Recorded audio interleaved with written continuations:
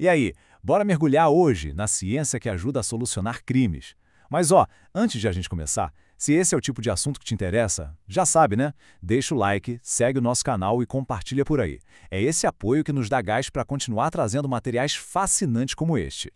Para começar, vamos fazer uma viagem no tempo. Mas assim, uma viagem longa mesmo. Essa frase aí foi dita logo depois do assassinato de Júlio César. E ela não só marcou a história, como também deu o pontapé inicial para uma jornada incrível da ciência em busca da verdade. Olha só o nosso roteiro de hoje. A gente vai começar com essa primeira evidência histórica, depois vamos decifrar o que os ossos e as lesões nos contam. Daí, vamos seguir o rastro de uma bala e até aprender a ler o relógio da morte. Juntos, vamos ver como a ciência consegue dar voz ao que estava em silêncio. Pois é, aquele exame no corpo de César foi muito mais que um laudo. Foi a prova de que a verdade pode sim ser encontrada, se a gente analisar as evidências com método. Esse ato lá atrás estabeleceu um princípio que define a ciência forense até hoje. Tá, mas e aí, como é que os ossos falam? Quando moçada é encontrada, a primeira pergunta mais básica de todas é: isso é de um ser humano? E a resposta, acredite, está escondida em detalhes microscópicos, não tem nada de mágica. A chave está numa coisa que só dá para ver com o microscópio: os tais canais de Havers. Em ossos humanos tem poucos desses canais, e eles são mais largos, meio elípticos. Já nos de animais é o contrário, são um monte de canais bem pequenos e redondinhos. É um detalhe mínimo, mas que muda completamente o rumo de uma investigação. Ok, beleza. A gente já sabe que os ossos são humanos. E agora? O que mais dá para descobrir? Bom, a partir daí o crânio se torna uma das fontes mais ricas de informação. Ele funciona como se fosse um documento de identidade biológico, sabe? Cheio de pistas sobre quem a pessoa foi. E uma das ferramentas que os peritos usam é o tal do índice cefálico. É basicamente uma medição que classifica o formato do crânio. Com ele, dá para saber se a cabeça era mais longa, mais na média ou mais larga. E isso já dá pistas bem valiosas sobre a possível ancestralidade da pessoa. E aqui a gente vê a mágica, né? A beleza da ciência forense na sua forma mais pura. Uma fórmula simples como essa transforma características físicas em dados objetivos em números. É isso que permite uma análise sistemática, comparativa, que é a base de toda identificação. E não para por aí. Sabe aquelas linhas que juntam os ossos do crânio, as suturas? Elas também contam história. Elas vão se fechando, se fundindo, num ritmo que é bem previsível ao longo da vida. Para um antropólogo forense, elas são como um relógio, ajudando a estimar a idade que a pessoa tinha. Mas saber quem era a pessoa é só o começo da história, né? O próprio corpo narra os eventos que levaram à morte. As lesões têm uma linguagem própria e os peritos são os tradutores dessa linguagem.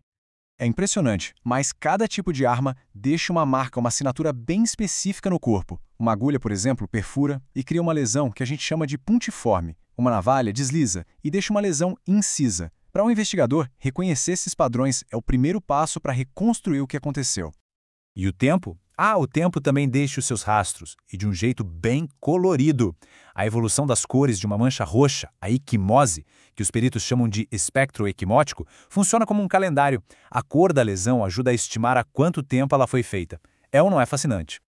Agora, vamos entrar num assunto que, olha, sempre desperta muita curiosidade. A balística. Como é que um único tiro pode revelar tantos detalhes de um crime? Uma das primeiras coisas que um perito quer saber é por onde a bala entrou e por onde saiu. E a resposta está toda nas diferenças entre esses dois furos. O de entrada costuma ser menor, mais redondinho e tem o tal anel de Fish, que é uma marquinha da fricção e da sujeira do projétil na pele. Já o furo de saída é maior, mais irregular e com as bordas viradas para fora. E não é só isso. Os resíduos que ficam em volta do ferimento, eles contam a história da distância do tiro. De longe, só fica a marca do projétil mesmo, mas conforme a arma se aproxima, começam a aparecer resíduos de pólvora, fuligem, e num tiro encostado, os gases da explosão entram com tudo debaixo da pele e rasgam ela num formato de estrela, que tem até nome, boca de mina. É fascinante, né? Como cada mínimo detalhe conta uma parte da história. Olha, se tem alguém que você conhece que também curte esse tipo de assunto, compartilhe esse material. É a melhor forma de apoiar o nosso trabalho e nos ajudar a criar mais conteúdo assim. A gente agradece demais. Bom, já sabemos quem é a vítima, já entendemos a causa da morte, mas falta uma pergunta super importante. Quando aconteceu? Para responder isso, a gente entra na área da tanatologia forense, que é a ciência que decifra o relógio que começa a correr a partir do último suspiro. E uma das primeiras pistas vem de uma coisa chamada livor mortis, ou livores cadavéricos. Pensa assim, a gravidade começa a agir e puxa o sangue todo para as partes mais baixas do corpo, formando manchas.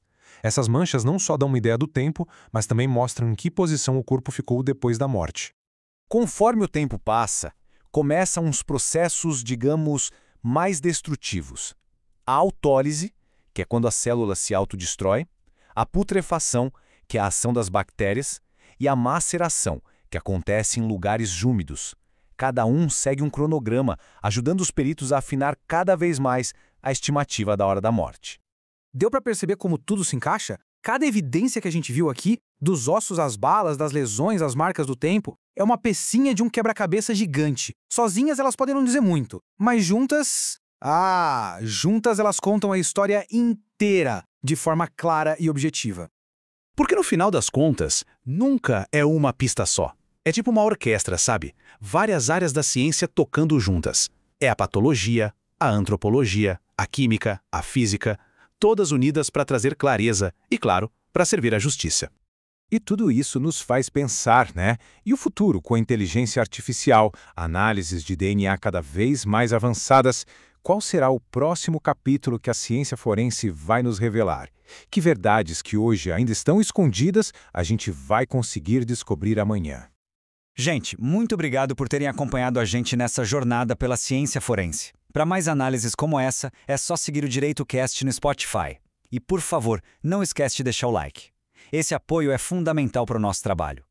E lembrando, para quem prefere ver tudo isso em vídeo, é só procurar por DireitoCast lá no YouTube ou no TikTok. Até a próxima!